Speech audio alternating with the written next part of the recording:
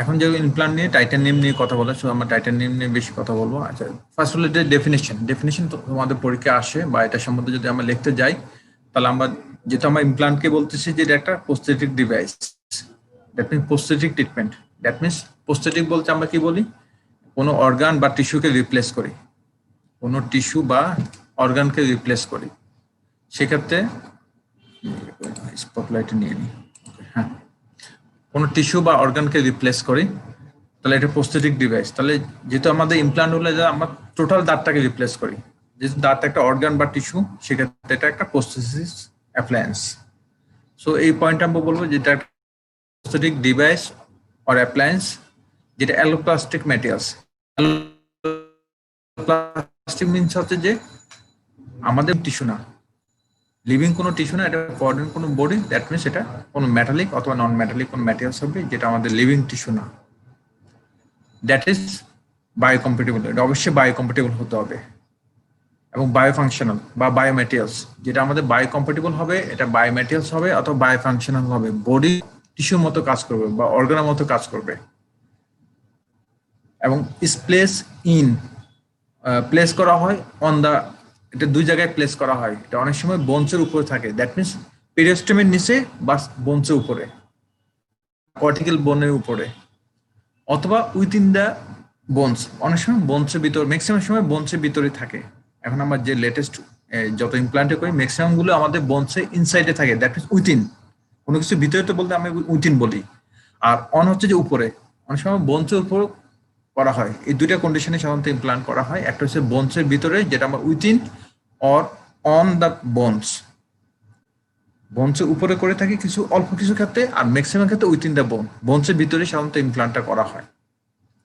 Associated with the oral cavity, এটা অবশ্যই oral cavity যেখানে করে না কেন। অনেক সময় আবার জাইগোমাতে বা জাইগোমেটিক বোনসও ইমপ্লান্ট করা হয়, একবারে ম্যাক্সিলা থেকে ইয়ে করে জাইগোমেটিক বোনস পর্যন্ত করা হয়। কিন্তু আমাদের আলটিমেট হলো যেটা ওরাল ক্যাভিটির সাথে রিলেটেড বা associated with oral cavity to provide retention. আমাদের টার্গেট হচ্ছে যে এটা আমাদের রিটেনশন করবে অথবা সাপোর্ট দিবে, অথবা দুইটাই করবে, সাপোর্ট এবং রিটেনশন দিবে। এটা দুটো হতে পারে, ফিক্সড হতে পারে, রিমুভাল প্রসেসিস হতে পারে। মানে প্রসেসিসটা ফিক্সড হতে পারে, রিমুভাল হতে পারে। ফিক্সড হলে যে একবার ফিক্সড, যেটা পেশেন্টে খুলতে পারবে না, এটা স্ক্রু করে হোক, সিমেন্টেশন করে হোক, ফাইনালি এটা অ্যাটাচ করে দেওয়া হচ্ছে, পেশেন্ট এটা খুলতে পারবে না। আর হচ্ছে রিমুভাল সিস্টেম। রিমুভাল হলে যে কোনো বল অ্যান্ড সকেটের মতো থাকবে, আমাদের ইমপ্লান্টের মধ্যে থাকবে বলের মতো, আর ড্যান্সারের মধ্যে থাকবে সকেটের মতো। তাহলে বল অ্যান্ড সকেটের মতো এটা এভাবে বসে দিলে বসবে, আবার চাইলে খোলা যাবে, সেটা হলো রিমুভাল। তাহলে দুই ধরনের প্রসেসকে সে রিটেনশন করে এবং সাপোর্ট করে থাকে। তাহলে আমার কয়েকটা পয়েন্ট পেয়ে যাচ্ছে। প্রথম পয়েন্ট হলো যেটা একটা প্রসেসিস অ্যাপ্লায়েন্স অর ডিভাইস, যেটা আমরা অ্যালোপ্লাস্টিক ম্যাটেরিয়ালস ইউজ করে থাকি, যেটা সাধারণত কোনো মেটালিক অথবা নন মেটালিক হয়ে থাকে। সেটা অবশ্যই বায়োকম্পেটেবল হতে হবে এবং বায়োফাংশনাল হতে হবে। সেটা প্লেস করে থাকি অন দ্য বোনস অথবা অর উইথিন দ্য বোনস, যেটা আমাদের ওরাল ক্যাভিটির সাথে রিলেটেড, এবং যেটা আমাদের টার্গেট হচ্ছে বা প্রোভাইড করে রিটেনশন অ্যান্ড সাপোর্ট। এটা আমাদের সাপোর্ট এবং রিটেনশন করবে। এটা দুই ধরনের ডিভাইস হতে পারে, ফিক্সড প্রসেসিস হতে পারে অথবা রিমুভাল প্রসেসিস হতে পারে। এই টোটাল পয়েন্টগুলো আমরা যখন আসছে তখন আমরা বলছি সেটা একটা implant. That means implant is a prosthetic device or alloplastic materials, যেটা বায়োকম্পেটেবল অথবা বায়োফাংশনাল, যেটা on the or within the bones আমরা ইনসার্ট করে থাকি, যেটা ওরাল ক্যাভিটির সাথে রিলেটেড, যেটা আমাদের প্রোভাইড করবে retention and support of the processes, যেটা রিমুভাল হতে পারে, ফিক্সড হতে পারে। এই পয়েন্টগুলো নিয়ে আমরা যেটা একটা ডেফিনিশন বলতে পারি।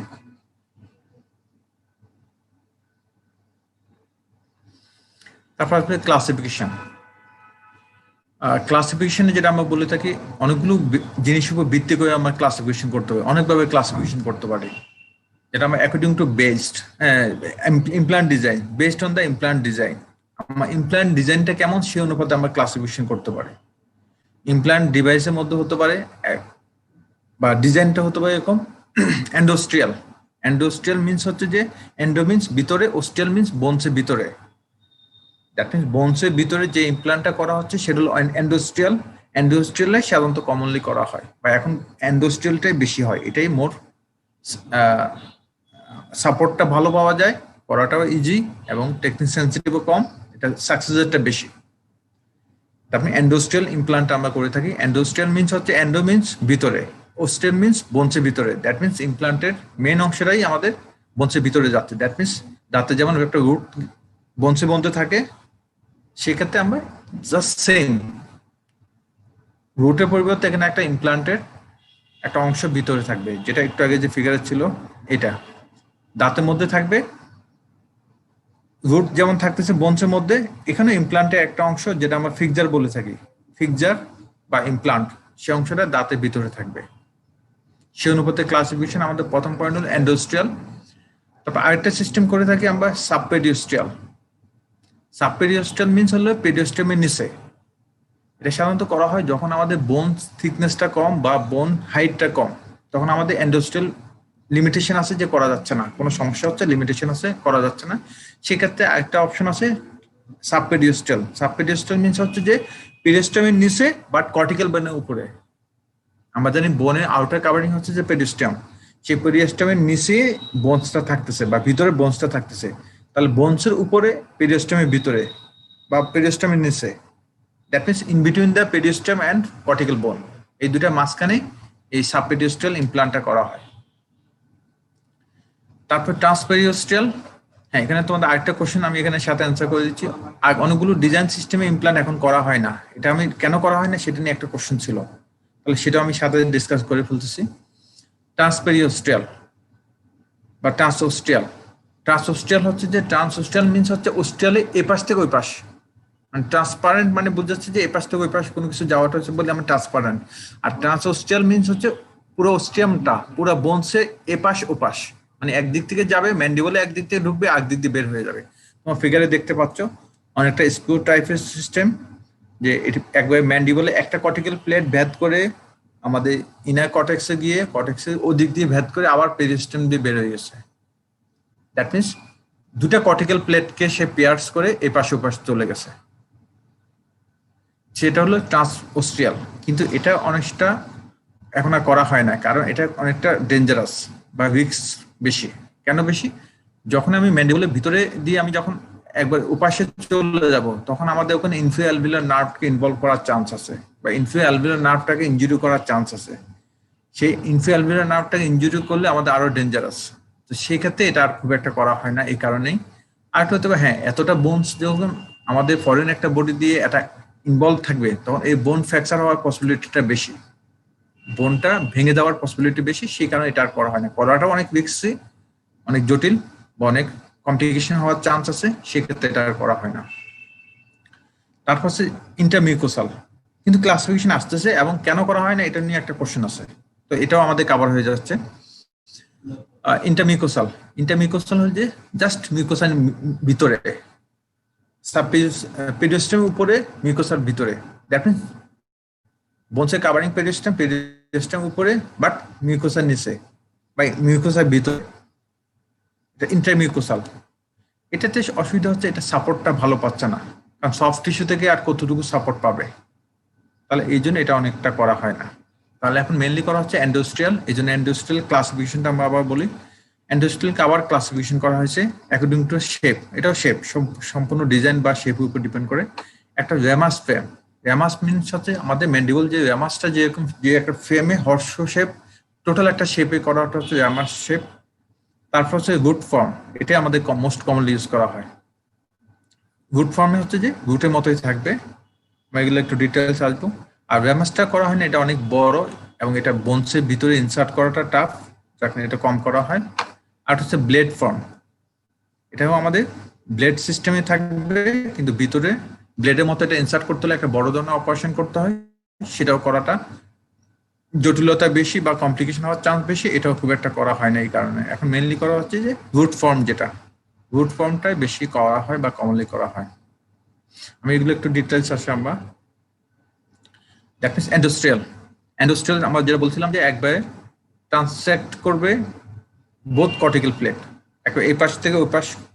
সরি, এন্ডোস্ট্রিয়াল মিনস হচ্ছে এন্ডো মিনস ভিতরে, ওস্ট্রিয়াল মানে বোনস, বোনসের ভিতরে। দ্যাট মিনস একটা কর্টিক্যাল প্লেটকে সে ইয়ে হবে, যাবে একটা কর্টিক্যাল প্লেট থেকে গিয়ে আমাদের ইনার যে ড্যান্স স্পঞ্জি বোন, সেই স্পঞ্জি বোনে এটা অ্যাটাচ হবে।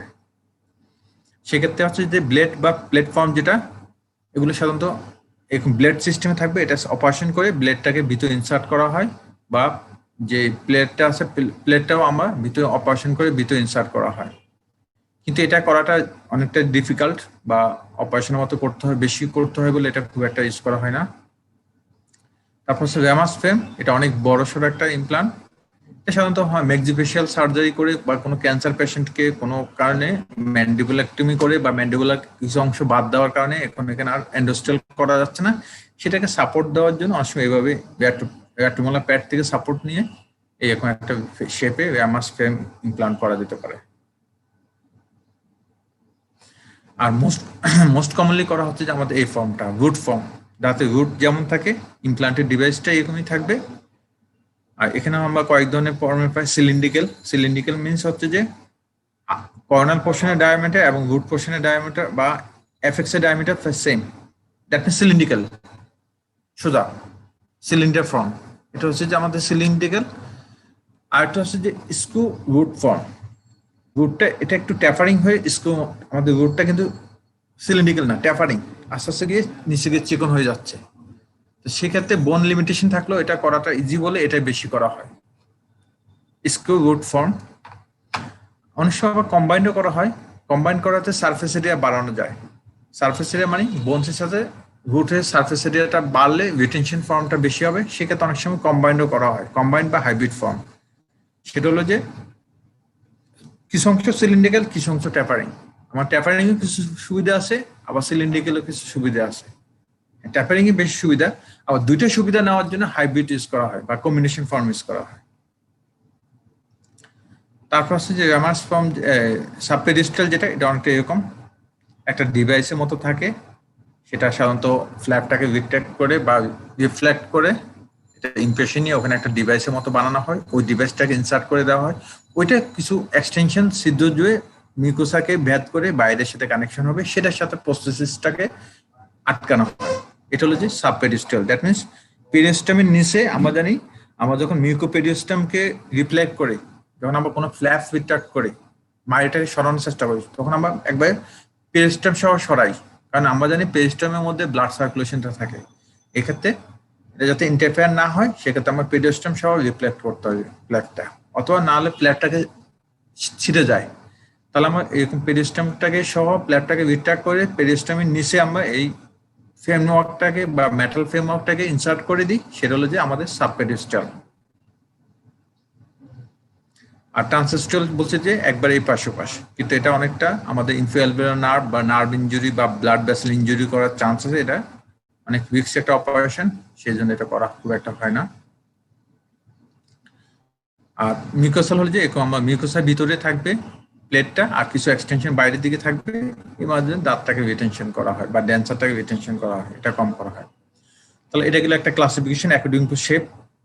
অ্যাকর্ডিং টু শেপের মধ্যে আমরা একটা জিনিস বলে ফেলছি যে আমরা কিছু কিছু ক্ষেত্রে এখন কিছু কিছু জিনিস ইউজ করি, কিছু কিছু ইউজ করি না। কেন ইউজ করি না সেটাও ব্যাখ্যা বলে ফেলছি। এটা একটা কোশ্চেন ছিল যে কেন আমরা এগুলো এখন ইউজ করি না। তারপর হচ্ছে যে আরেকটা ক্লাসিফিকেশন হতে পারে according to based on the surface of the implant. ইমপ্লান্টের সারফেসটা কেমন সেই অনুপাতে আমরা ক্লাসিফিকেশন করতে পারি। ইমপ্লান্টের সারফেসটা হতে পারে স্মুথ হতে পারে, আর একটা হচ্ছে মেশিন, বিভিন্ন ডিজাইন করা থাকবে কিন্তু এটা মেশিন করা এবং ফিনিশিং করা, গ্লেজিং অবস্থা থাকবে।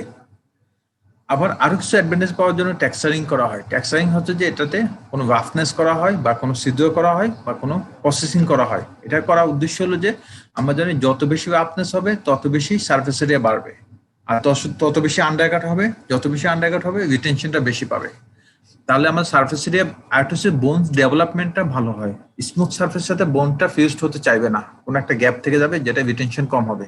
কিন্তু টেক্সচারিং করা বা কোনো রাফনেস করা বা কোনো মাইক্রোফোন প্রডিউস করা বা কোনো আন্ডারকাট প্রডিউস করা, সেক্ষেত্রে এখানে বোন ফর্মেশন হলে এটা রিটেনশন ফর্মটা বেশি হবে। আর যখন কোনো কিছু রাফনেস হবে, সারফেসটা রাফ হবে, তখন এটা সারফেস এরিয়া বাড়বে। সারফেস এরিয়া যখন বাড়বে তখন এটা রিটেনশনটা আরো বাড়বে। দ্যাট মিনস সারফেস এরিয়া বাড়লে কি হবে, স্ট্রেসটাও কমে যাবে। কিভাবে স্ট্রেস কমে যাবে? আমরা জানি স্ট্রেস ইজ ইকুয়াল টু কি, load divide by surface area. Stress is equal to load divide by surface area. সেই ক্ষেত্রে যদি আমরা সারফেস এরিয়াটা বাড়াতে পারি, তাহলে একক এরিয়াতে স্ট্রেস কমে, লোড কমে যাচ্ছে, দ্যাট মিনস স্ট্রেস কমে যাচ্ছে। আর স্ট্রেস কমে গেলে আমাদের অনেকগুলো সমস্যাটা কমে যাচ্ছে। যেমন আমরা বলি যে যারা হিল করে, হিলের নিচে কেউ যদি চাপা খায়, যত না ব্যথা পাবে, পুরো আমরা যে পুরো ইয়াতে জুতা পরি, এটা পুরোটার উপর যদি চাপ খেলে তাহলে এতটা স্ট্রেস পড়বে না।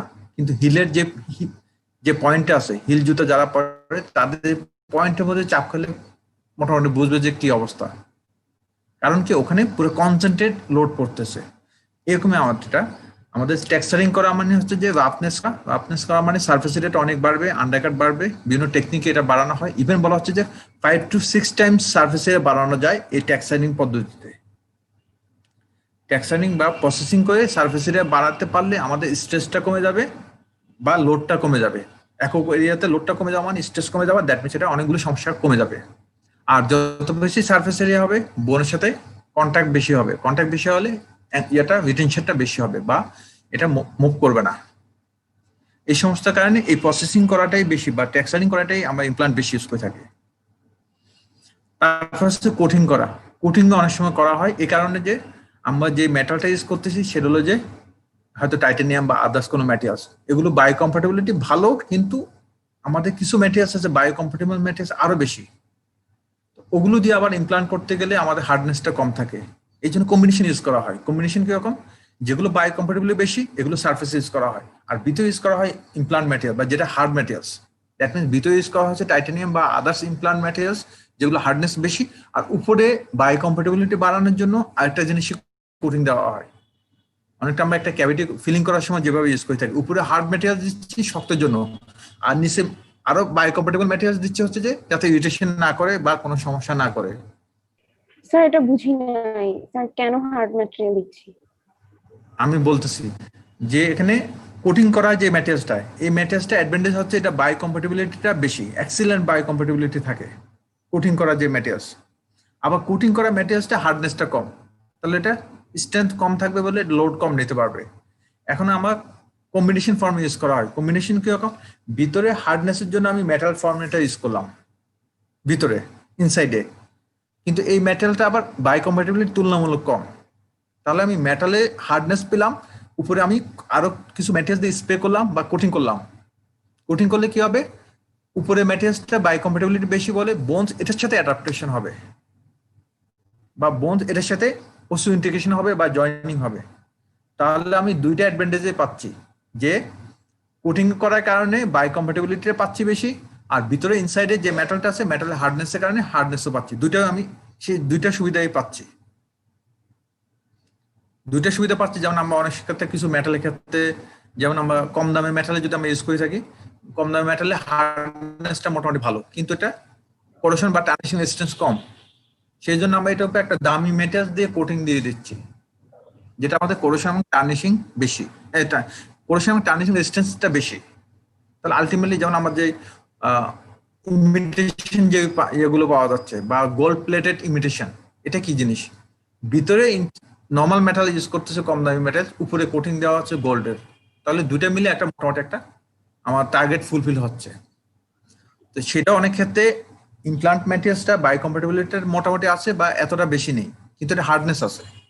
এটার উপর আবার কিছু ম্যাটেরিয়ালস দিয়ে কোটিং করা হয় বা স্প্রে করা হয়, তাহলে ওই ম্যাটেরিয়ালস গুলো আমাদের বায়োকম্প্যাটিবিলিটি বেশি হওয়ার কারণে এগুলো বোনসের সাথে অ্যাডাপ্টেশন বা ওসিও ইন্টিগ্রেশনটা বেশি হচ্ছে বলে, তাহলে এটা আমাদের এই জিনিসটা ফুলফিল হচ্ছে যে এটা বোনের সাথে খুব অ্যাডাপ্টেশনটা ভালো হচ্ছে, অ্যাজ ওয়েল অ্যাজ ভিতরে ইনসাইড মেটালে হার্ডনেস বেশি হওয়ার কারণে এটা স্ট্রেংথও বেশি হচ্ছে। তাহলে আলটিমেটলি আমি একটা ভালো জিনিস পাচ্ছি। এক্ষেত্রে কিছু কিছু ক্ষেত্রে কোটিং করা হয়। তাহলে এই দুটো জিনিস সাধারণত ইউজ করা হয়, একটা হচ্ছে টেক্সচারিং করা আর একটা হচ্ছে কোটিং করা। আর এই দুটো ইউজ করা হয় না স্মুথ সারফেসের অসুবিধা হচ্ছে কি বোনের সাথে ভালোভাবে ফিউশন হবে না, যেটা আমরা এতক্ষণ যেটা বললাম এই সুবিধাগুলো পাবো না। মেশিন করার জিনিসও সারফেস এরিয়া কম থাকবে, ভালোভাবে বন ওসিন্টিগ্রেশন কম হবে। এই জন্য আমরা টেক্সচারিং ফর্মটাই বেশি ইউজ করে থাকি অথবা কোটিং ফর্মটা ইউজ করে থাকি। আমি এগুলো একটু ডিটেলস আসতেছি। এই যে ইমপ্লান্ট সারফেসকে মডিফিকেশন করার টেকনিক। ইমপ্লান্ট সারফেসকে মডিফিকেশন করার টেকনিক হলো যে একটা মেকানিক্যাল এবং কেমিক্যাল। সেটা হলো যে এডিটিভ প্রসেস। এডিটিভ প্রসেস মানে হচ্ছে যে কোনো জিনিস অ্যাড করা হয়, যেমন টাইটানিয়ামের উপর করা হচ্ছে প্লাজমা স্প্রে, আর এই প্লাজমা স্প্রে করার কারণে এটা বায়োকম্প্যাটিবিলিটিটা বেড়ে যাচ্ছে। অথবা হাইড্রোক্সি অ্যাপাটাইট কোটিং করা হয়, আমরা জানি hydroxy appetite biocompatibility excellent. Titanium হচ্ছে অনেক বেশি হলো যে বায়োকম্প্যাটিবিলিটি বেশি, কিন্তু এটা হার্ডনেসটা কম। আবার হতে পারে ক্যালসিয়াম ফসফেট, এগুলো আমাদের হার্ডনেস কম কিন্তু বায়োকম্প্যাটিবিলিটি বেশি। তাহলে এগুলো আমাদের মেনলি দিচ্ছে হচ্ছে বায়োকম্প্যাটিবিলিটি হওয়ার জন্য এই জিনিসগুলো অ্যাড করা হচ্ছে ইমপ্লান্টের উপরে। আরেকটা হতে পারে সাবস্ট্রেট প্রসেস, সেটা হতে পারে স্যান্ড ব্লাস্টিং বা গেট ব্লাস্টিং, মানে এটা ব্লাস্টিং করে এটাকে সারফেসটাকে রাফ করা হয় বা মাইক্রোফোর প্রডিউস করা হয়। মাইক্রোফোর করলে এটা বন্ডিংটা বেটার হবে, পাশাপাশি সারফেস এরিয়া বাড়বে। অথবা এসিডিসিং করে এটাতে একই ব্যবস্থা মাইক্রোফোর করা হয় বা রাফনেস করা হয়। বা পলিশিং করে এটাকে সারফেসটাকে রাফ করা হয়, বা মেকানিক্যাল পলিশিং করা হয়, অথবা লেজার মাইক্রোটেক্সারিং, লেজার দিয়ে ছোট ছোট বিট করা হয়, ছোট ছোট ছিদ্র করা হয়। তাহলে আমাদের জয়নিংটাও ভালো হবে, পাশাপাশি সারফেস এরিয়া বাড়বে। সারফেস এরিয়া বাড়বে মানে স্ট্রেস ডিস্ট্রিবিউশন হবে। অনেক সময় দেখবো যে আমাদের টাইলস কোথাও লাগাতে গেলে ওই জায়গায় তাকে বিটিং করা হয়, ছোট ছোট পিট করা হয়, ছোট ছোট ছিদ্র করা হয়, তারপর টাইলসটাকে অ্যাটাচ করা হয়। কারণ কি, স্মুথ সারফেসে টাইলসটা লাগতে চাইবে না, বা লাগলেও আমাদের সারফেস এরিয়া কম বলে এটা রিটেনশনটা কম হবে। বাট যদি রাফ সারফেস হয় তাহলে সারফেস এরিয়া বেশি, রিটেনশনটা বেশি, এবং আন্ডারকাট থাকলে আরো বেশি রিটেনশন হবে। এই জন্য এই প্রসেসটা করা হয়। আরেকটা হতে পারে বায়োলজিক্যাল ফ্যাক্টর। এটা হলো যে আমাদের বায়োকম্প্যাটিবিলিটিকে বাড়ানোর জন্য কিছু গ্রোথ ফ্যাক্টর দেওয়া হয়। গ্রোথ ফ্যাক্টর দিলে কি হবে, এখানে বোন ডেভেলপমেন্টটা বেশি হবে। যখন আমরা ডিল করে বোনসের মধ্যে ইমপ্লান্টটাকে ইনসার্ট করি, তখন মাঝখানে কিছু গ্যাপ থেকে যাবে, যেহেতু আমাদের ডিল করা। কিন্তু সময়ের সাথে সাথে অস্টিওব্লাস্ট এসে এটাকে বোন ফর্মেশন হয়ে আরো বোন ডেভেলপমেন্ট পুরো জিনিসটাকে ধরে ফেলবে, আটকে ফেলবে। এটা বলে আমরা ওসিওইন্টিগ্রেশন অ্যাটাচ হয়ে যাবে। সেই গ্রোথ ফ্যাক্টর গুলো দিলে বা পেপটাইড দিলে বা ক্যালসিয়াম ফসফেট দিলে সবগুলো আমাদের বায়োলজিক্যাল ম্যাটেরিয়ালস, যেগুলো আমাদের বডির সাথে বডির পরিচিত ম্যাটেরিয়ালস হওয়ার কারণে বডি এখানে বোন ডেভেলপমেন্ট বা গ্রোথ ফ্যাক্টর গুলোর কারণে বোন ডেভেলপমেন্টটা বেশি হবে। তাহলে আলটিমেটলি ওসিওইন্টিগ্রেশনটা বেটার হবে, হিলিংটা বেটার হবে। তাহলে আমাদের ইমপ্লান্টটা বোনের সাথে খুব ভালোভাবে ফিউশন হবে বা আটকে যাবে। আচ্ছা, এটা হলো যে এই যে ফিগারটা দেখতেছো, সেটা হলো যে আমাদের ট্রিটমেন্ট করার পর, দ্যাট মিনস সারফেসটাকে যখন আমরা টেক্সচারিং করলাম, টেক্সচারিং করার পর এরকম হলো। এরকম হওয়াতে কি হচ্ছে, এখন দেখো অনেকগুলো সারফেস এরিয়া, অনেকগুলো আন্ডারকাট, বা এর পরেরটা দেখো অনেকগুলো আন্ডারকাট, অনেকগুলো সারফেস এরিয়া। তাতে কি হচ্ছে, আমাদের সারফেস এরিয়া বাড়ার কারণে এটাতে ভিতরে ভিতরে বোনস ডেভেলপমেন্ট হবে। বোনস ডেভেলপমেন্ট হলে কি আন্ডারকাট গুলো তো লক হয়ে যাচ্ছে। আর হ্যাঁ, এটা কারণে একটা সারফেস টেনশনও কমে যাচ্ছে। সারফেস টেনশন কমে যাওয়ার কারণে ইজিলি অস্টিওব্লাস্টিক সেল এসে, প্রথমে তো অস্টিওব্লাস্ট আসবে না, প্রথমে আসবে ব্লাড আসবে। ব্লাড এসে এটাকে আস্তে আস্তে কনভার্ট করে অস্টিওব্লাস্ট ফর্মেশন করবে। তখন একটা ইজিলি এটার সাথে ব্লাড আসতে পারবে, তারপরে বোন ফর্মেশন হতে পারবে। তাহলে তাহলে আমাদের বায়োকম্প্যাটিবিলিটিও বাড়া দিচ্ছে, পাশাপাশি রিটেনশনে হেল্প করতেছে। এখানে এই টেক্সচারিং করা হয়, এবং টেক্সচারিং করা ইমপ্লান্টে ইউজ করা হয়। এই যে যদি আমরা মাইক্রোস্কোপিক্যালি দেখি, তাহলে এরকম অনেকগুলো রাফনেস হবে, অনেকগুলো আন্ডারকাট হবে, যেখানে সারফেস এরিয়া বেড়ে যাবে। সারফেস এরিয়া বেড়ে গেলে আমাদের আরেকটা সুবিধা হচ্ছে স্ট্রেসটা কম পড়বে, কারণ আমাদের stress is equal to load divide by surface area. So surface area যত বাড়বে, স্ট্রেসটা একক অনুপাতে স্ট্রেসটা কম পড়বে। দ্যাট মিনস বোনসের মধ্যে স্ট্রেস কম পড়া মানে বোন চেঞ্জিং বা বোন ড্যামেজিং হবে না বা কম হবে, কারণ আমাদের সবকিছু একটা নির্দিষ্ট লেভেল থাকে। এর বেশি স্ট্রেস পড়লে বোন ড্যামেজ হবে। এখন সারফেস এরিয়া কমে বেড়ে যাওয়ার কারণে স্ট্রেসটা কমে যাচ্ছে, তাহলে বোন ড্যামেজটা কম হবে। এই জন্য সাকসেসের এটা একটা পয়েন্ট। তারপরে তোমাদের আরেকটা পয়েন্ট ছিল, এটা কিন্তু আমরা ক্লাসিফিকেশনে বলতেছি। ক্লাসিফিকেশন বলতে পারি অ্যাকর্ডিং টু ম্যাটেরিয়ালস, কি কি ধরনের ম্যাটেরিয়ালস আছে সেই অনুপাতে ক্লাসিফিকেশন। আমি দুইটা ক্লাসিফিকেশন অলরেডি বলে ফেলছি। একটা বলছিলাম যে অ্যাকর্ডিং টু শেপ, কি ধরনের শেপ সেই অনুপাতে ক্লাসিফিকেশন। আরেকটা বলছিলাম যে অ্যাকর্ডিং টু প্রসেসিং করা নাকি স্মুথ, এটার উপর ডিপেন্ড করে। আরেকটা বলতে অ্যাকর্ডিং টু ম্যাটেরিয়ালস, কি কি ম্যাটেরিয়ালস আমরা ইউজ করতে পারি সেই অনুপাতে ক্লাসিফিকেশন। এটা দিয়ে আবার আরেকটা কোশ্চেনে অ্যান্সার হয়ে যাচ্ছে যে আমাদের ইমপ্লান্ট ম্যাটেরিয়ালস কি কি আছে। সেটা আমরা যেমন যদি জিজ্ঞেস করে যে ইমপ্লান্ট ম্যাটেরিয়ালস কি কি আছে, তুমি নামগুলো বললেই তো নামগুলো হয়ে যাচ্ছে। আবার যদি বলে ক্লাসিফিকেশন, তাহলে ম্যাটেরিয়ালস গুলো তুমি ডিজাইন করে বা সিস্টেমেটিক্যালি বলো, সেটা তোমার ক্লাসিফিকেশন হয়ে যাচ্ছে। তাহলে এখানে আমরা অ্যাকর্ডিং টু ম্যাটেরিয়াল যদি বলে থাকি, অ্যাকর্ডিং টু ম্যাটেরিয়ালস হচ্ছে কিছু আছে মেটালিক, কিছু আছে নন মেটালিক। মেটালিক মধ্যে আমরা ইউজ করে থাকি টাইটানিয়াম বেসড। টাইটানিয়াম বেসড আবার দুই ধরনের আছে, একটা হচ্ছে যে পিওর টাইটানিয়াম, যেটা আমরা বলি কমার্শিয়ালি পিওর টাইটানিয়াম। সেটা আবার বিভিন্ন গ্রেডিং থাকে, সেটা হলো 1 to 4, সামটাইম গ্রেড 5ও ইউজ করা হয়। তাহলে হচ্ছে গ্রেডিং গুলো হচ্ছে যে তার পিউরিফিকেশন, কত বেশি পিউরিফিকেশন, কত বেশি অ্যাডভান্টেজ, সেই অনুপাতে গ্রেডিং। এটা উল্টা দিকে গ্রেডিং। 1 নাম্বারটা হলো যে সবচেয়ে খারাপ, 2 নাম্বারটা আরেকটু ভালো, 3 নাম্বারটা আরেকটু ভালো, 4 নাম্বারটা আরো ভালো, 5 নাম্বারটা আরো ভালো। এভাবে টাইটানিয়াম, কমার্শিয়ালি পিওর টাইটানিয়াম গুলো এভাবে গ্রেডিং করা হয়। আরেকটা হলো যে কিছু টাইটানিয়াম অ্যালয় ইউজ করা হয়। টাইটানিয়াম অ্যালয়ের মধ্যে হচ্ছে যে টাইটানিয়াম 90% থাকে, 6% অ্যালুমিনিয়াম থাকে, 4% ভ্যানাডিয়াম থাকে। এগুলো হচ্ছে টাইটানিয়াম অ্যালয়। হ্যাঁ, এই ক্ষেত্রে কিছু অ্যাডভান্টেজ আছে, কিছু ডিসঅ্যাডভান্টেজ আছে। এই টাইটানিয়াম যখন পিওর টাইটানিয়াম, তাহলে এটা বায়োকম্প্যাটিবিলিটি খুব ভালো, কিন্তু হার্ডনেস মোটামুটি আছে। বা টাইটানিয়াম অ্যালয় কারণে এখানে অ্যালয় ইউজ করা হয় অ্যালুমিনিয়াম। অ্যালুমিনিয়াম আমাদের হার্ডনেসটাকে বাড়ায়, কিন্তু আবার অ্যালুমিনিয়াম আবার বায়োকম্প্যাটিবিলিটি খারাপ। তেমনি ভ্যানাডিয়াম, ভ্যানাডিয়াম আমাদের হার্ডনেসটাকে বাড়ায়, কিন্তু আবার বায়োকম্প্যাটিবিলিটি খারাপ। তো এটা সুবিধা অসুবিধা, যে হার্ডনেস বাড়তেছে কিন্তু বায়োকম্প্যাটিবিলিটিটা কিছুটা কমে যাচ্ছে। আরেকটা হতে পারে নন মেটালিক। নন মেটালিক মধ্যে হতে পারে সিরামিক। সিরামিকগুলো আমরা আবার ডিটেলস আসতেছি। পলিমার্স ম্যাটেরিয়ালস, কিছু পলিমার্স ম্যাটেরিয়ালস থাকতে পারে, এগুলি মেইনলি ইউজ করা হচ্ছে।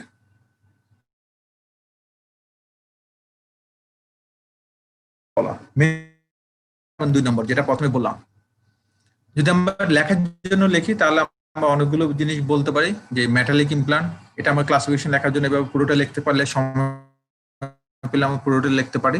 সেটা কি রকম? টাইটানিয়াম যেটা বললাম কমার্শিয়ালি পিওর টাইটানিয়াম, একটা হচ্ছে টাইটানিয়াম অ্যালয় বা টাইটানিয়াম অ্যালুমিনিয়াম ভ্যানাডিয়াম অ্যালয়, যেটা আমরা সেকেন্ড টাইম বললাম। এই দুটাই সাধারণত ইউজ করা হয়। তারপর কোবাল্ট ক্রোমিয়াম, মলিবডেনাম অ্যালয়, এগুলো নামকস্তে আছে। স্টেনলেস স্টিল, এটাও নামকস্তে আছে এগুলো।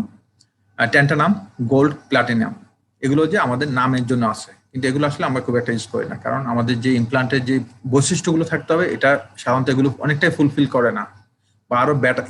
টাইটানিয়ামটা অনেক দিক দিয়ে বেটার বলে টাইটানিয়াম কন্টেন্টটা বেশি ইউজ করা হয়, বা টাইটানিয়াম অ্যালয়টা ইউজ করা হয়। হয় পিওর টাইটানিয়াম অথবা টাইটানিয়াম অ্যালয়। টাইটানিয়াম অ্যালয়ের মধ্যে 90% কিন্তু টাইটানিয়াম, এই জন্য এটা ইউজ করা হয়। আর বাকিগুলো অনেকগুলো ডিসঅ্যাডভান্টেজ আছে বলে ইউজ করা হয় না, জাস্ট নামগুলো জানলে হবে।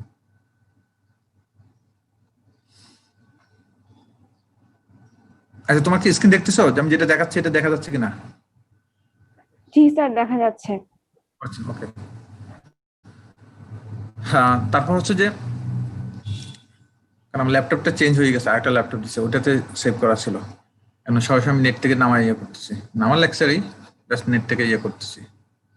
ওকে, এখন যেটা হচ্ছে যে ইমপ্লান্ট প্রপার্টিজ, তাহলে আমার একটা ইমপ্লান্ট প্রপার্টিজ কি কি থাকতে হবে, এই পয়েন্টগুলো আমাদের জানা থাকলে আমরা সিলেক্ট করতে সুবিধা হবে। বা টাইটানিয়াম কেন আমরা ইমপ্লান্ট হিসেবে ইউজ করবো, এটা একটা কোশ্চেন ছিল, এটাকে অনেকটা ফুলফিল হবে। তোমার কি ধরতে পারছো একটা ভিতরে একটা ইমবিডেট হচ্ছে? ইমবিডেট হচ্ছে এই কারণে যে আমি একই পয়েন্টে কয়েকটা জিনিস অ্যান্সার চলে আসতেছি, যেভাবে কোশ্চেন করবে তুমি শুধু ওই অংশটুকু অ্যান্সার করবা। আমি কিন্তু এখন ক্লাসিফিকেশনে বলতেছি, তাহলে আমি ক্লাসিফিকেশনটা শেষ করে দিই, তাহলে বাকিটা বলতে হবে।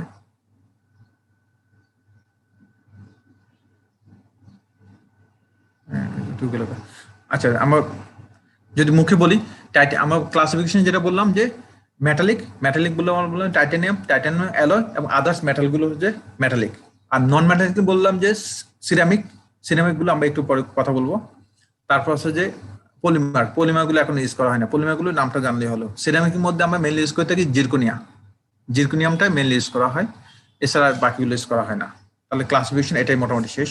আর এখানে কিছু প্রপার্টিজ বা ইয়ে আসতে পারে, সেক্ষেত্রে সবগুলো পয়েন্ট হলো যে আমাদের একটা ইমপ্লান্ট কি থাকবে, মুখের মধ্যে থাকবে, এটা উপর প্রসেসটা থাকবে, প্রসেসের উপর যে লোডটা পড়বে সেই লোডটা পুরোপুরি ইমপ্লান্টের উপর লোড পড়বে।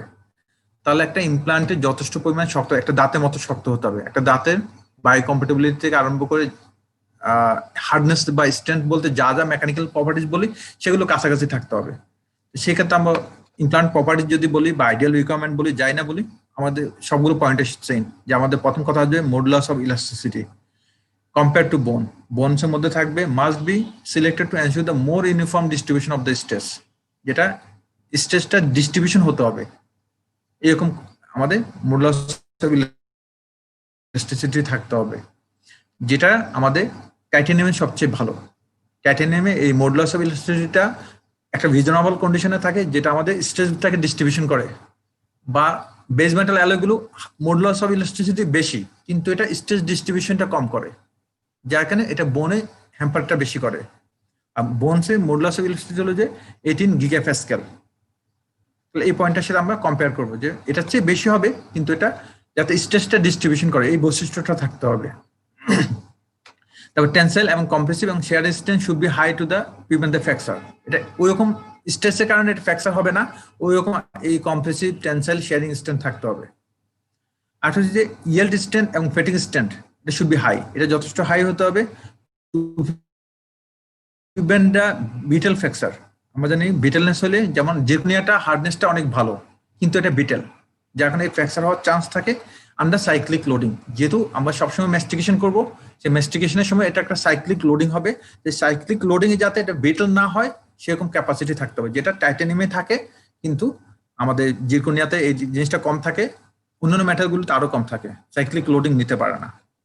হার্ডনেস এবং টাফনেস দুটোই হাই থাকবে যাতে এটা ফ্র্যাকচার না হয়, যেহেতু বেশি স্ট্রেস নিলেও সে যাতে ফ্র্যাকচার না হয় সেরকম ক্যাপাসিটি থাকতে হবে। আর হচ্ছে ডাক্টিলিটি, ডাক্টিলিটি থাকতে হবে according to ADA minimum ductility হবে 8%। একটা ডেন্টাল ইমপ্লান্টে ডাক্টিলিটি থাকতে হবে মিনিমাম 8%, যেটা নর্মাল মেটালগুলোতে সাধারণত ডাক্টিলিটি বেশি থাকে, বেজ মেটালগুলো কম থাকে। আর টাইটানিয়াম হলে যে আমাদের মাঝামাঝি এটা ডাক্টিলিটি মোটামুটি থাকে, যার কারণে 8% পর্যন্ত টাইটানিয়াম ডাক্টিলিটি থাকে, যেই জন্য আমরা টাইটানিয়াম গুলো এইসব কন্ডিশনের কারণে সাধারণত টাইটানিয়াম গুলো ইউজ করে থাকি। তারপর একটা হচ্ছে সারফেস কন্ডিশনিং বা সারফেস প্রপার্টিজ গুলো কেমন থাকতে হবে, সারফেস টেনশন এবং সারফেস এনার্জি, এটা ওয়েটেবিলিটি থাকতে হবে। দ্যাট মিনস সারফেস টেনশনটা কম থাকবে, সারফেস এনার্জি বেশি থাকবে। তাতে কি হবে, ওয়েটেবিলিটিটা বেশি থাকবে। দ্যাট মিনস কোনো ম্যাটেরিয়ালস এটার সাথে ইজিলি মিশতে পারবে, যেহেতু আমরা জানি এই ইমপ্লান্ট সারফেসের সাথে বোনসটা অ্যাডাপ্টেশন হবে বা বোনসটা ওসু ইন্টিগ্রেশন হবে। ওসু ইন্টিগ্রেশন হওয়ার জন্য আমাদের সারফেস টেনশনটা কম হতে হবে, দ্যাট মিনস ওয়েটেবিলিটিটা বেশি হতে হবে। যেখানে আমাদের ব্লাড ইজিলি কন্ট্যাক্ট আসবে, ব্লাড কন্ট্যাক্ট আসলে অস্টিওব্লাস্টিক সেল কন্ট্যাক্ট আসবে, ব্লাডটা মিডিয়া হিসেবে কাজ করবে বা স্ক্যাফোল্ড হিসেবে কাজ করবে বা ভিত্তি হিসেবে কাজ করবে, সে আগে আসে বাকিটা কনভার্ট করে দিবে অস্টিওব্লাস্টিক। আর surface energy effect the absorption of the protein, প্রোটিনকে অ্যাবজর্পশন হেল্প করে, যেটা আমাদের ওসু ইন্টিগ্রেশন বা ইয়েতে হেল্প করবে। তাহলে এটা কম থাকতে হবে, সারফেস টেনশনটা কম থাকবে, সারফেস এনার্জি বেশি থাকতে হবে। আর সারফেস রাফনেস থাকতে হবে। আমরা জানি সারফেস, যেটা বললাম, সারফেস রাফনেস বাড়লে আমাদের ওসু ইন্টিগ্রেশন হবে বেশি আর স্ট্রেসটা ডিস্ট্রিবিউশন হবে বেশি, তাহলে এই বৈশিষ্ট্যটা থাকতে হবে। আর হ্যাঁ, বায়োকম্প্যাটিবিলিটি, যেহেতু এটা বোর্ড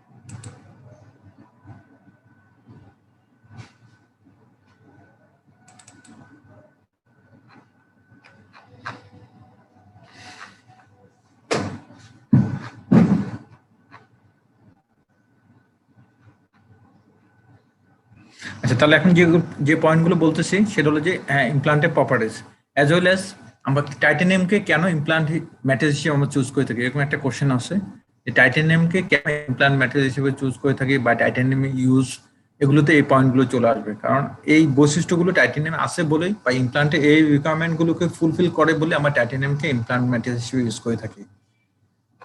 এগুলো একটু সামারি করে লিখলে হবে।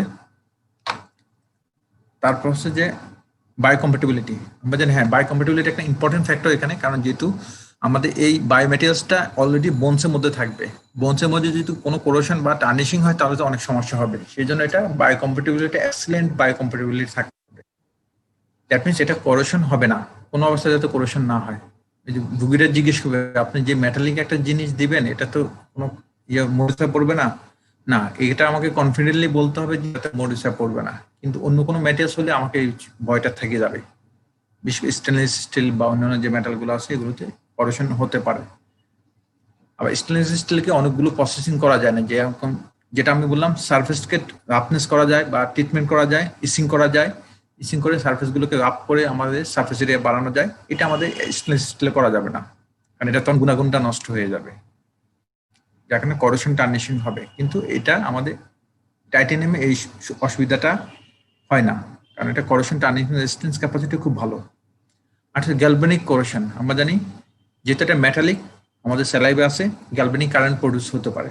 গ্যালভানিক কারেন্ট প্রডিউস হলে আমাদের এটা করোশন হওয়ার পসিবিলিটি আছে। দ্যাট মিনস গ্যালভানিক অ্যাকশনের মাধ্যমে করোশন হওয়ার পসিবিলিটি আছে, বিশেষ করে নিকেল, ক্রোমিয়াম বা অন্যান্য কম যে বেজ মেটালগুলো থাকলে সমস্যাগুলো হওয়ার চান্স আছে। আর ইলেকট্রোকেমিক্যাল করোশন, এটা অনেকটা গ্যালভানিক কারেন্টের কারণে হয়ে থাকে। এটা আমাদের টাইটানিয়াম একটা অ্যাডভান্টেজ হচ্ছে যে এটা যে টাইটানিয়ামের উপরে একটা প্যাসিভ অক্সাইড লেয়ার ফর্মেশন করে, সেই প্যাসিভ অক্সাইড লেয়ারটার কারণে ইলেকট্রোকেমিক্যাল করোশন হয় না, বা করোশন রেজিস্ট্যান্স ক্যাপাসিটিটা এক্সিলেন্ট। এটা আমাদের টাইটানিয়ামে আছে, অন্য মেটালগুলোতে এটা আমার অ্যাডভান্টেজটা পাই না। এই কারণে আমরা টাইটানিয়ামকে চুজ করে থাকি, বা একটা আইডিয়াল রিকোয়ারমেন্ট গুলো যেটা আছে এটা অনেকটাই ফুলফিল করে আমাদের টাইটানিয়াম। সো আমরা টাইটানিয়ামে যদি আরো কিছু পয়েন্ট যোগ করে থাকি, টাইটানিয়ামে হচ্ছে যে আরেকটা সুবিধা হচ্ছে যেটা মোর লাইটার, কারণ টাইটানিয়ামের ডেন্সিটিটা অনেক কম থাকে, যেটা 4.5 মিলিগ্রাম বা এরকম অনেক কম থাকে, 4.5 এটা ডেন্সিটি, যার কারণে এটা অনেক লাইটার। এই জন্য যেখানে আমাদের লাইটিং জিনিস বা হালকা জিনিস দরকার, সেই সমস্ত জিনিস বানাতে গেলে টাইটানিয়াম ইউজ করা হয়। যেমন এরোপ্লেন বানাতে গেলে, বা যে মাইনগুলো, নটিক্যাল যে মাইনগুলো বা মেরিন ড্রাইভ যে ইয়েগুলো আছে, ওগুলো বানাতে গেলে আমাদের টাইটানিয়াম ইউজ করা হয়, কারণ এটা ওজনে হালকা।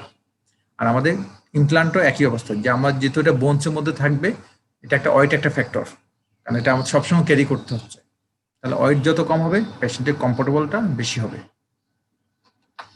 আর হচ্ছে বায়োকম্প্যাটিবিলিটি, হ্যাঁ এটা বায়োকম্প্যাটিবিলিটিটা এক্সিলেন্ট বায়োকম্প্যাটিবল।